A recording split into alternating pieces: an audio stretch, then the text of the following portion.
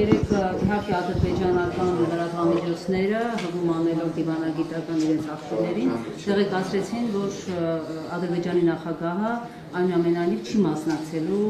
Հայաստանում նախատեսված եվրոպական գագաթնաժողովին եւ տարբեր պատճառաբանություններ էին բերել։ Հայաստանի իշխանությունը փորձում է ամեն կերպ, կարելի ասել, այսպես այս խաղաղության գործընթացի ֆոնի վրա հրավերներ ուղարկել, նաև Էրդողանին էին, ինչպես չունենք Փաշինյանը հրավիրել է, ինչու է մերժում Ալիևը, եւ ինչ պահանջներ ունի, որ պետք է դատարկ։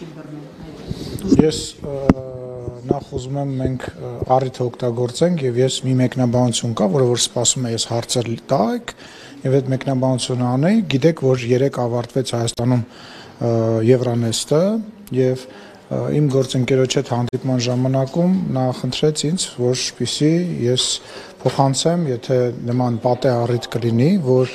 իրանք Հայաստանի Հանրապետություն գալու հետ կապված որևիցե խնդիր չունեն եւ Եվրանեստ այս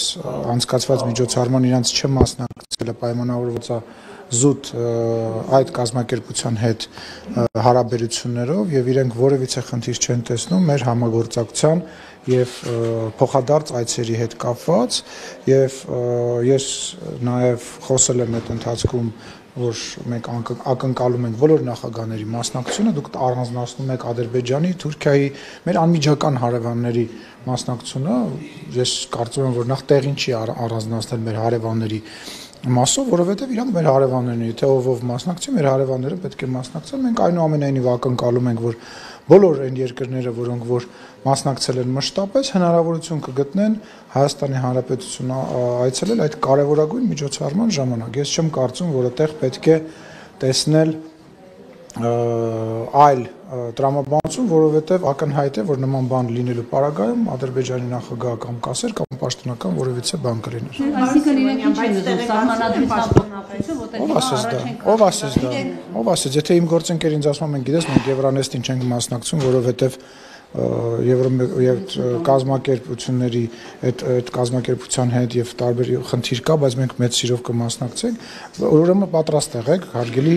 լրագրողներ, հարգելի ժողովուրդ։ Ադրբեջանական պատվիրակությունները այցելելու են Հայաստան, հայկական պատվիրակությունները այցելելու են Ադրբեջան, իհարկե կան հարցեր, որոնք պետք է քննարկվեն, մասնավորապես մեր գերիների պահվող անձանց մասին հարցը, որը որ մեծագույն խնդրեմ է,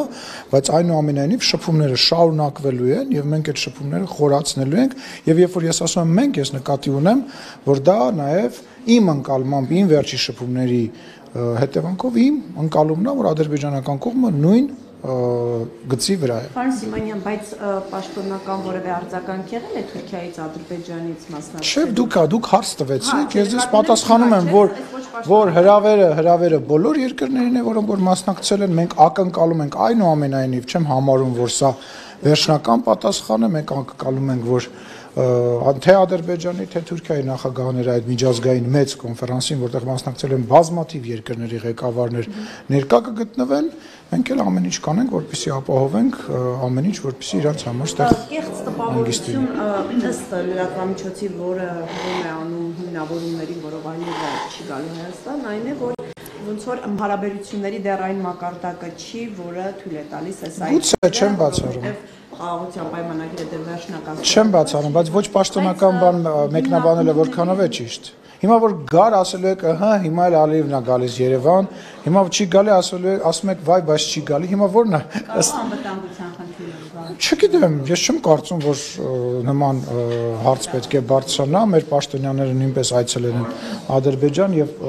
էլի պաշտոնյաներ կան, որոնք Հայաստան են այցելել, վերջերս падգամավորներ եկան Հայաստանի Հանրապետություն, այնուամենայնիվ այդ սառույցը պետքա կոտրել, այդ սառույցը կոտրվում է եւ միջպառլամենտական մակարդակով մենք նաեւ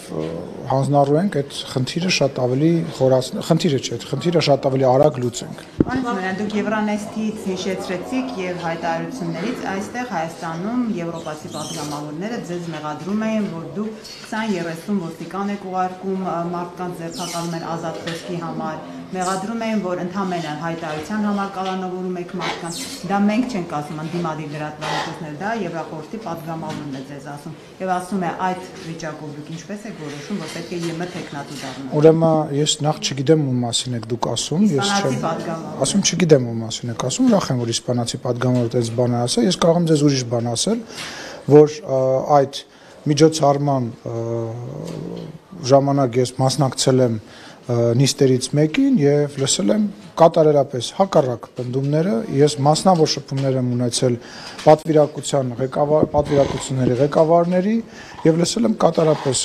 հակառակը եւ ես կարծում եմ, որ տասնյակ падգամավորներից մեկի կարծիքը վերածել ընդհանրական կարծիքի տեղին չէ, որովհետեւ ես էլ օրինակ շատ կտրուկ եմ արձագանքում են բանին, որ որոշ եվրոպական երկրներում ոստիկանները օրինակ ֆուտբոլային ֆանատներին այնքան են ծեծում, որ իրանք հայտնվում են հիվանդանոցներում։ Խայտարակությունն է, որ եվրոպական երկրներում ոստիկանները իրանք թույլ են տալիս ֆուտբոլիստներին սիրող մարդկանց ծեծել, դա անելու բան չի։ Հիմա տեսեք, նրանք էլ չէ։ Դուք ասում, ես ձեզ անուն եմ հարցում, դուք ասում եք իսպանացի падգամ, որի անունը նույնիսկ չեք կարողանում ասել։ Սանչես։ Ինձ թվում է ամեն 5-րդի անունը Սանչես է, կարելի է միշտ նմանատիպ ասել։ Ես ձեզ կրկնում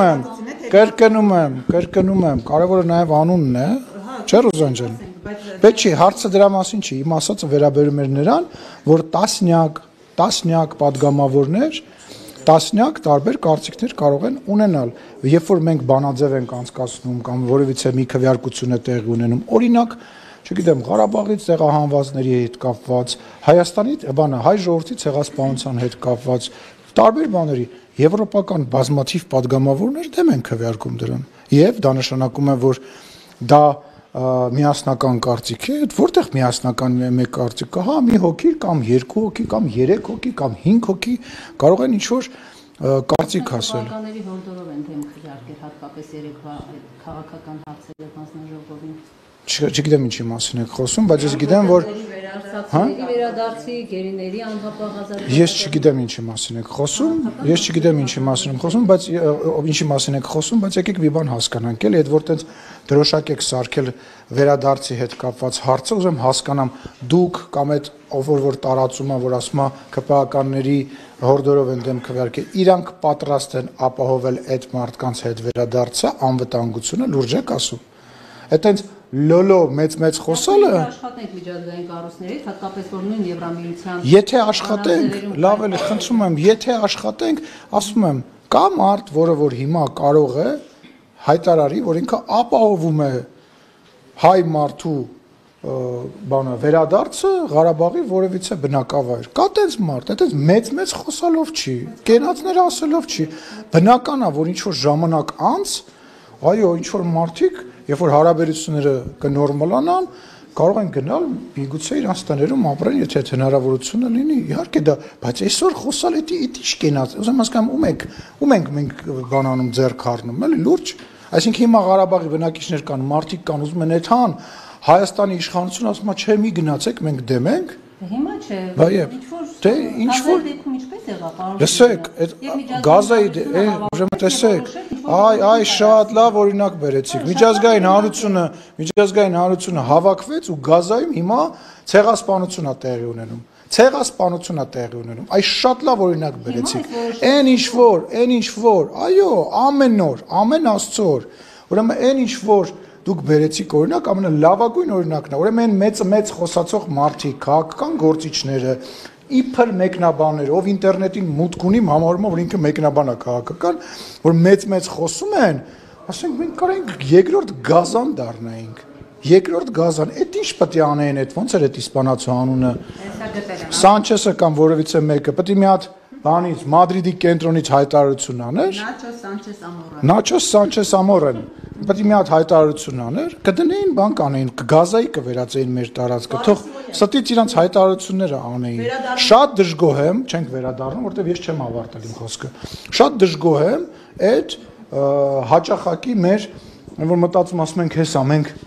աշխարհի կենտրոնն ենք, հայի աչերը, մեր ծիրանը, մեր ջերմուկը եւ այլն, ժողովուրդ թարգեք։ դուրս եկեք,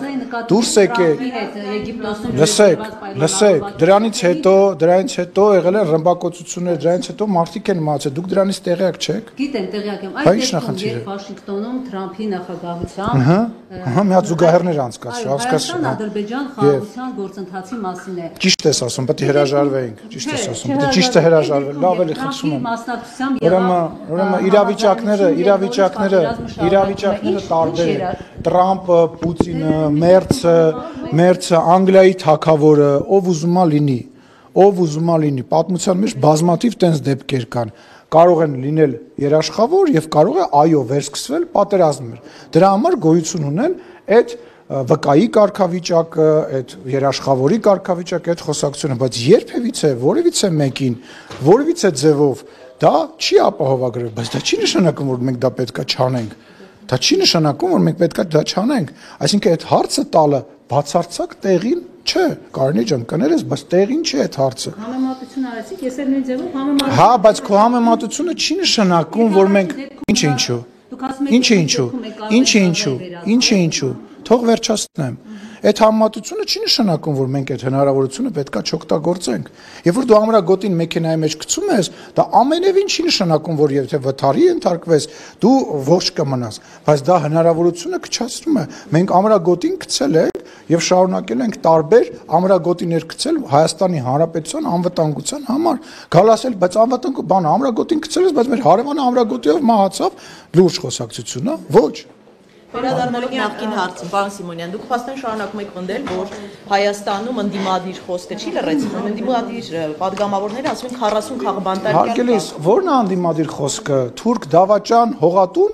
կասեք ինչի մասին են խոսում մեր ընդդիմադիրները, վերջի, մի րոպե, եկեղեցին արդեն դարավ ընդդիմություն,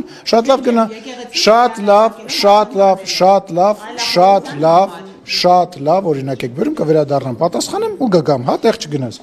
Հայաստանի Հանրապետություն քաղաքական ընդդիմախոսություն չկա, քաղաքական ընդդիմախոսներ չկան, կան մարդիկ, ովքեր որ վիրավորանքներ են հնչեցնում, որևիցե բան չեն առաջարկում։ Խնդրում եմ ասեք, ինչ առաջարկներ են արել վերջի ժամանակահատվածում, որոնք քաղաքական նշանակություն ունեն, խաղաղության հետ կապված, չգիտեմ, պետության ապագայի հետ կապված, բացի Ռուսաստանի եւ Բելարուսի կազմում հայտնվելու մասին մեր ընդդիմադիր գործընկերները ինչ քաղաքականություն են իրանք առաջարկում Հայաստանի Հանրապետության քաղաքացիներին։ Ո՞րն է այդ քաղաքական ընդդիմադիր խոսքը։ Իսկ ինչ վերաբերում է այն մարդկանց, ովքեր որ բանտերում են, ասեմ ավելին, մենք ուշացրել ենք դա։ Մենք ուշացրել ենք, երբ որ երկաթե մանդատ արտահայտություն ասում ենք, ժողովուրդը մեզ մեղադրում էր եւ դուք մեզ նաեւ հարց եք տալի, ասում եք, բա ուր է երկաթե մանդատը, խիչի գործում երկաթե մանդատը։ Այսինքն այն մարդիկ, ովքեր որ հանցագործություն են անում, հետո տեխնատություն են դնում, պետք է այնուամենայնիվ չպատժվեն։ Այսինքն նոր թափ եք հաղորդելու կալանավորումներին։ Ուրեմն նախ ես չէ, որ ես նոր թափ չեմ հաղորդում, ես քաղաքական գործի չեմ, բայց ես ասում եմ, որ երկաթե մանդատը սկսել է գործել, մուրճը գործում է, գործելու է ու հերթով իջնելու է տարբեր հանցագործ տարերի, սաքուլիկների, վարդանիկների, ես երբ եմ ասել, որ վարդանիկի տեղը բանտում ասենք, 5 ամիս առաջ եմ ես դա ասել, կամ եթե ես չասեի, դուք չգիտեիք, որ այդ մարդը տարբեր տեսակի բաների մեջ բանարած է փոխկապված, ուզում հասկանանք, հիմա վերադառնանք